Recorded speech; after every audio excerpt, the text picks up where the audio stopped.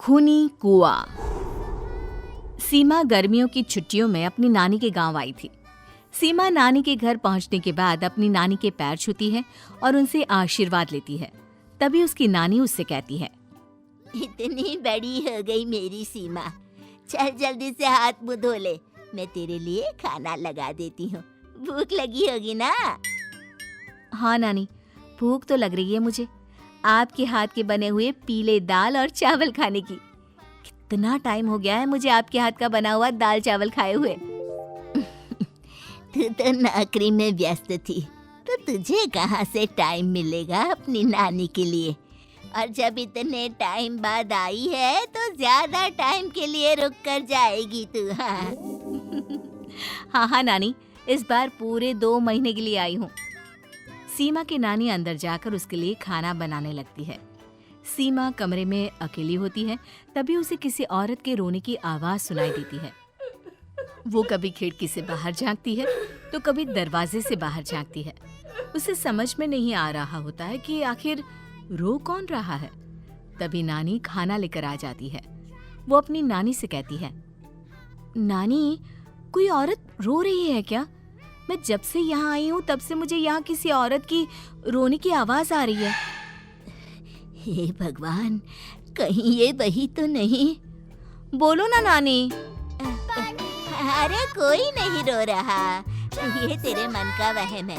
और तू ना अब खाना खा ले, ज्यादा यहाँ वहाँ की बातों में ध्यान मत दिया कर। जल्दी से खाना खा और फिर मेरे साथ आ जा मेरे कमरे में, दोनों बैठकर खूब सारी बातें करेंगे। ऐसे ही अगले दिन सीमा अपनी नानी के साथ गांव के बाजार जा रही होती है।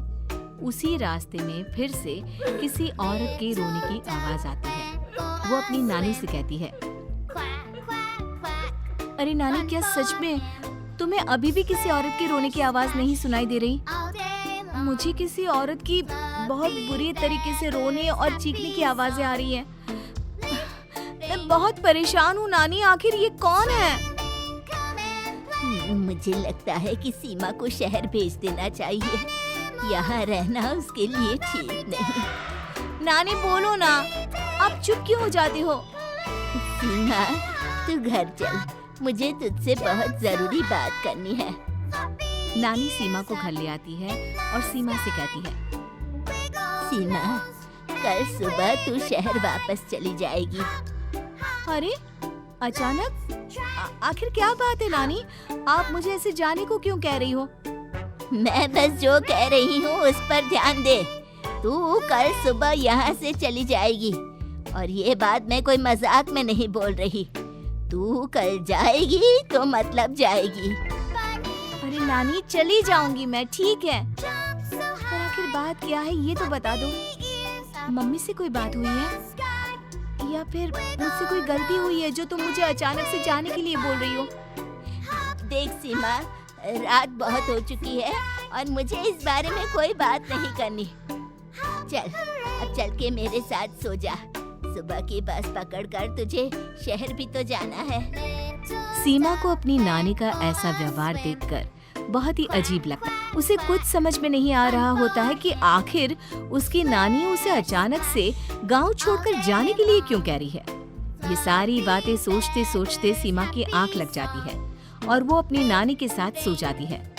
ऐसी ही आधी रात को सीमा को फिर से किसी औरत की रोने की आवाज सुनाई देती है।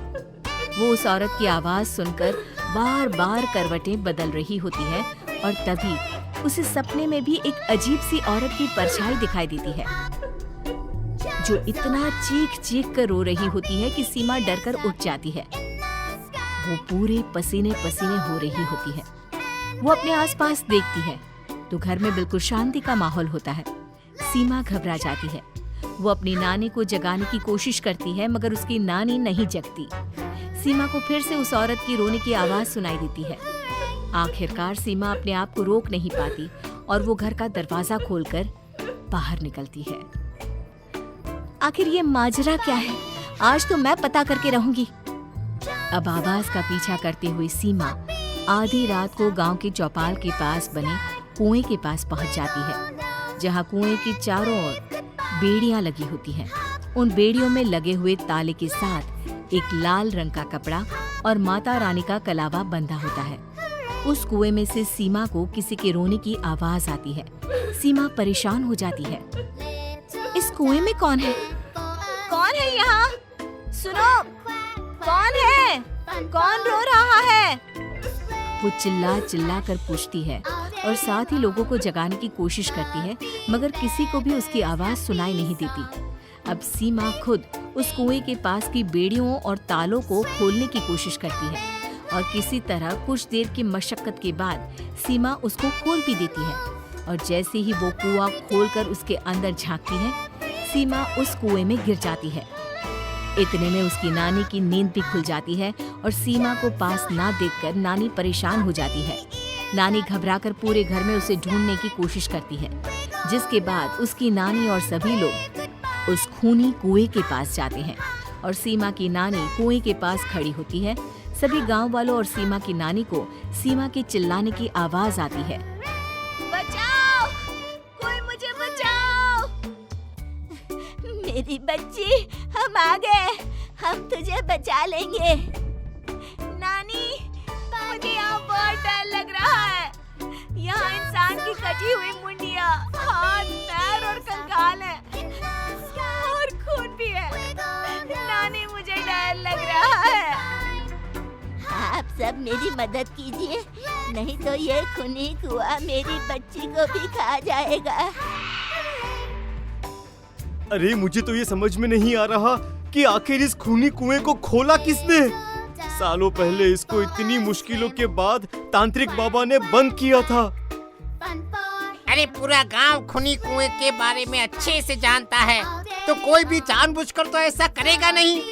मतलब किसी ने अनजाने में इसे खोल दिया है भैया। सीमा को इस बारे में मालूम नहीं था और जब से वो यहाँ आई थी तभी से उसे किसी औरत के रोने की आवाजें भी सुनाई दे रही थी। कहीं सीमा ने ही तो उसे नहीं खोला। अगर ऐसा है तो फिर सीमा का बचना बहुत मुश्किल है। वहीं कुएं के अंदर सीमा रोते हुए बैठी होती है कि उसे आवाज सुनाई देती है, जो कुएं के बाहर खड़े गांव वालों में से किसी को सुनाई नहीं देता।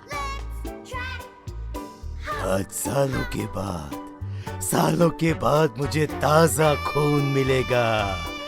तेरा खून पीकर आज मैं अपनी प्यास बुझाऊंगा।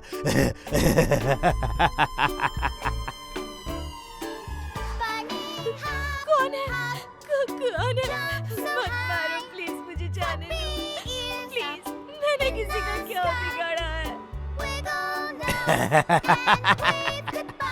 वो तुझे मरने के बाद पता चल ही जाएगा। जितने में गांव वाले और सीमा की नानी कुछ सोच पाते, उतने में उन्हें सीमा के चिल्लाने की आवाज आती है और अगले ही पल सब शांत हो जाता है। क्या हुआ? सीमा, मेरी बेटी। माफ करना बहन, लेकिन अब सीमा वापस नहीं आएगी। हमें एक बार फिर से कुएं को बंद करना होगा। गांव वाले तभी तांत्रिक